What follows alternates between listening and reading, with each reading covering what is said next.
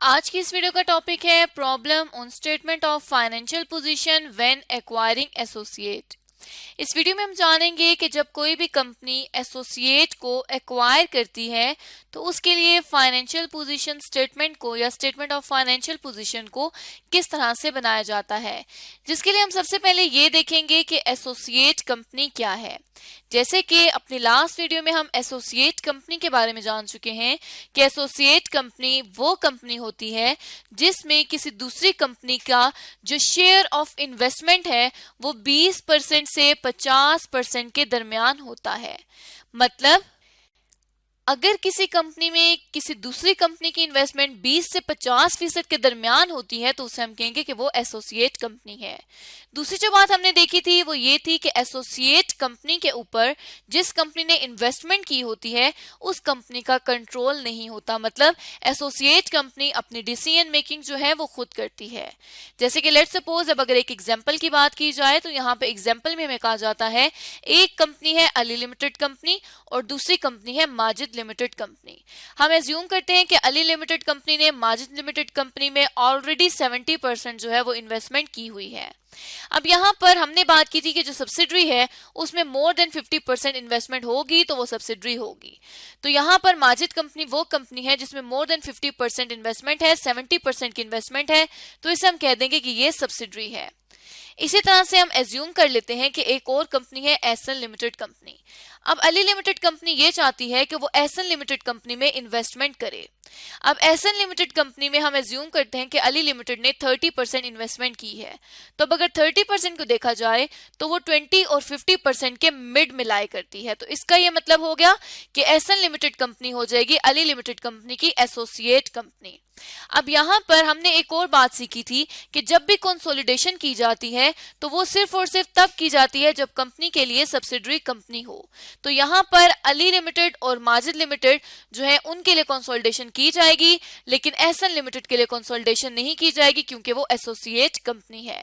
तो अब अगर कंसोलिडेशन नहीं की जाएगी तो कंसोलिडेशन में एसोसिएट का क्या अकाउंटिंग ट्रीटमेंट होगा, इसको हम एक प्रॉब्लम के थ्रू समझते हैं। तो यहाँ पर हमें एक प्रॉब्लम दी गई है जिसमें कहा जाता है statement of financial position when acquiring associate से रिलेटेड ये प्रॉब्लम है और किस कंपनी के लिए है? Better, best and good limited के लिए। साथ ही साथ अगर रिक्वायरमेंट पर आए तो रिक्वायरमेंट में कहा जाता है कि प्रिपेयर करें consolidated statement of financial position for the best group limited for the year ended. ये जो साल खत्म हो रहा है इसके लिए हमने स्टेटमेंट ऑफ फाइनेंशियल पोजीशन बनानी है जो कि कंसोलिडेटेड होगी। तो मतलब यहाँ पे इन कंपनीज में से कोई एक कंपनी जो है वो सब्सिडरी कंपनी भी होगी। तो यहाँ पे हम क्वेश्चन का जो है वो डेटा पढ़ लेते हैं। तो कहा जाता है below are the statement of financial position of 3 entities as at 30 सितंबर 2019। 30 सितंबर 2019 को तीनों कंपनीज की फाइनेंशियल पोजीशंस गिवन है जिनमें नॉन करंट एसेट्स हैं, करंट एसेट्स हैं, इक्विटी, नॉन करंट लायबिलिटीज और करंट लायबिलिटीज मेंशन्ड हैं तीनों कंपनीज की। साथ ही साथ कुछ फर्दर इंफॉर्मेशन गिवन है जिसमें कहा जाता है सबसे पहली इंफॉर्मेशन में कि best limited acquired 75% of equity share capital for better limited. Best limited company ने 75% इक्विटी का जो हिस्सा है वो एक्वायर किया है बेटर लिमिटेड का। तो मतलब ये हो गया कि जो बेस्ट कंपनी है वो पेरेंट है और बेटर लिमिटेड कंपनी उसकी सब्सिडरी है क्योंकि सब्सिडरी में 50% से ज्यादा हिस्सा शेयर होल्डिंग का चाहिए होता है। और कब की है ये share holding? Several years ago, कुछ साल पहले। Paying 5 million in cash, 5 million रुपए कैश में देकर 75% हिस्सा हासिल कर लिया है। At this time, the balance sheet on Better's retained earnings was rupees 3 million। जो बैलेंस था रिटेन्ड अर्निंग्स का वो था 3 मिलियन इसी डेट पर जिस डेट पर एक्विजिशन की गई है। उसके बाद साथ ही साथ बेस्ट लिमिटेड के लिए कहा जाता है कि acquire 30% share of good limited. Best limited ने 30% शेयर ऑफ गुड लिमिटेड जो है वो एक्वायर कर लिया है जो कि 1 अक्टूबर 2017 पर एक्वायर किया है 75,000 रुपीज कैश में पे करके। The balance on good limited retained earnings was 1.5 million. तो यहाँ पर हमें ये पता चल गया है कि जो गुड लिमिटेड है उसमें 30% शेयर होल्डिंग है तो गुड लिमिटेड जो है वो एसोसिएट कंपनी है और बेटर लिमिटेड जो है वो सब्सिडरी है क्योंकि इसमें 75% शेयर है। सबसे पहले हम क्या करेंगे कि यहाँ पर ग्रुप स्ट्रक्चर बना लेंगे और ग्रुप स्ट्रक्चर इस तरह से बनाएंगे कि जो मेन कंपनी है वो है बेस्ट लिमिटेड कंपनी, एक कंपनी है गुड लिमिटेड और दूसरी कंपनी है बेटर लिमिटेड। बेस्ट लिमिटेड की बेटर लिमिटेड में 75% शेयर होल्डिंग है जो कि कुछ साल पहले की गई है। इसी तरह से बेस्ट लिमिटेड की गुड लिमिटेड में 30% शेयर होल्डिंग है जो कि 2 साल पहले की गई है 2017 में। तो ये हमारे पास ग्रुप स्ट्रक्चर आ चुका है। अब हमने क्या करना है कि कंसोलिडेटेड स्टेटमेंट बनानी है, जिसके लिए हमें ये फॉर्मेट गिवन है। सबसे पहले ऊपर कंपनी का नेम आ जाएगा, नीचे फिर स्टेटमेंट, देन जिस पीरियड के लिए बन रही है स्टेटमेंट उस पीरियड को हमने मेंशन कर दिया। जिस तरह नॉर्मली हम स्टेटमेंट ऑफ फाइनेंशियल पोजीशन बनाते हैं और कंसोलिडेटेड को भी हमने सीख चुके हैं। सबसे पहले नॉन करंट एसेट्स आते हैं और नॉन करंट एसेट्स में भी हम सबसे पहले क्या लिखते हैं, हम सबसे पहले रिकॉर्ड करते हैं गुडविल को। तो गुडविल को कैलकुलेट करने के लिए कंपनी को यह पता होना चाहिए कि उसके नेट एसेट्स कितने हैं, जिनके लिए यहां पर कैश में भी दिया हुआ है डेटा और तीनों कंपनीज की इक्विटीज भी गिवन है। हमने इनके थ्रू नेट एसेट्स को कैलकुलेट कर लेना है। तो यहां पे हम जो सेकंड वर्किंग करेंगे उसमें पहले नेट एसेट्स कैलकुलेट करेंगे और उसके बाद हम गुडविल को कैलकुलेट करेंगे। नेट एसेट्स में भी दो टाइम पीरियड पे आते हैं नेट एसेट, एक आते हैं एट एक्विजिशन डेट और दूसरे आते हैं रिपोर्टिंग डेट पर। अगर शेयर कैपिटल को देखा जाए तो शेयर कैपिटल हमें ऑलरेडी गिवन है दोनों कंपनीज का। अगर शेयर कैपिटल पर आए तो शेयर कैपिटल जो है वो पेरेंट का भी गिवन है और साथ ही साथ सब्सिडरी जो कि बेटर लिमिटेड है उसका भी गिवन है। लेकिन हमने क्योंकि सिर्फ बेटर लिमिटेड का देखना है तो बेटर लिमिटेड का शेयर कैपिटल देखें, क्योंकि वो सब्सिडरी है उसी की गुडविल निकलेगी। तो 1000 रुपीज शेयर कैपिटल आ रहा है। हमने क्या करना है कि यहां पर simply 1000 rupees at the date of acquisition हमने मेंशन कर देना है। और क्योंकि अगर हम देखें तो रिपोर्टिंग और एक्विजिशन डेट में कोई फर्क नहीं बताया गया, फर्स्ट स्टेटमेंट में सिर्फ रिटेन अर्निंग से रिलेटेड बताया गया है कि वो 3 मिलियन रुपए की है। तो हमने क्या कर दिया कि एक्विजिशन डेट पर लिख दिया कि कितना शेयर कैपिटल है और इसी को हम कहेंगे कि यही कैपिटल जो है वो रिपोर्टिंग डेट पर भी है। उसके बाद सेकंड जो एलिमेंट आता है नेट एसेट्स में वो आता है रिटेन्ड अर्निंग्स का। तो अगर रिटेन अर्निंग्स की तरफ आए तो हम देख सकते हैं कि रिटेन अर्निंग से रिलेटेड कहा जाता है कि 3 million at the time of acquisition थी। तो हम सबसे पहले क्या करेंगे कि 3 मिलियन रुपीस को रिटेन अर्निंग के यहां पे मेंशन कर देंगे at the time of acquisition. लेकिन अब अगर रिपोर्टिंग डेट पर आए तो उसके लिए हमें देखनी पड़ेगी स्टेटमेंट ऑफ फाइनेंशियल पोजीशन। और अगर बेटर लिमिटेड पर आए तो उसकी रिटेन अर्निंग्स कितनी है, 5500 रुपीस। तो मतलब रिटेन अर्निंग्स में चेंज आ चुका है, क्योंकि इतने सालों से जो प्रॉफिट आता रहा है उसका कुछ हिस्सा भी रिटेन अर्निंग्स में जाता रहा है। अब यहां तक हमें एक्विजिशन और रिपोर्टिंग डेट के नेट एसेट्स पता चल चुके हैं। हम इन दोनों को कर लेंगे टोटल, तो ये आ जाएगा 4000 एट एक्विजिशन डेट और दूसरा हमने रिपोर्टिंग डेट का निकालना है तो वो हमारे पास आ जाएगा 6500 रुपीस, जिसके साथ ऊपर 3 जीरो है, मतलब ये रुपीस जो है वो थाउजेंड्स में है। तो ये आ जाएगा 6500,000 रुपीस के नेट एसेट्स रिपोर्टिंग डेट पर।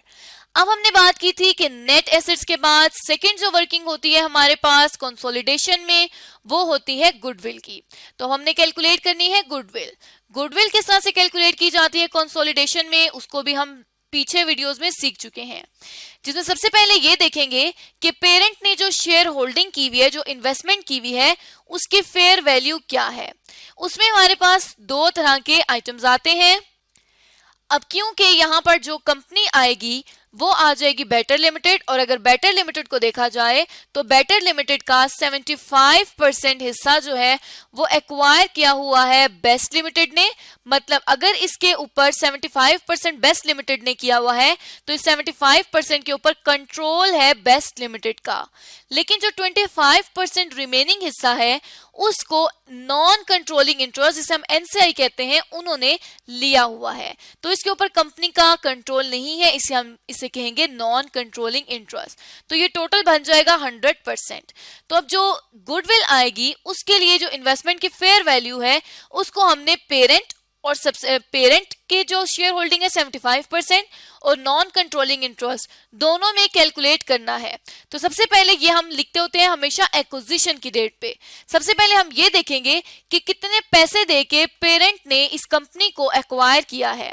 तो अगर हम यहाँ पर आए क्वेश्चन में तो क्वेश्चन में हमें यहाँ क्लियरली लिखा हुआ नजर आएगा कि 5 मिलियन रुपए कैश में दिए गए हैं, जिसके बदले बेस्ट लिमिटेड ने बेटर को एक्वायर किया है।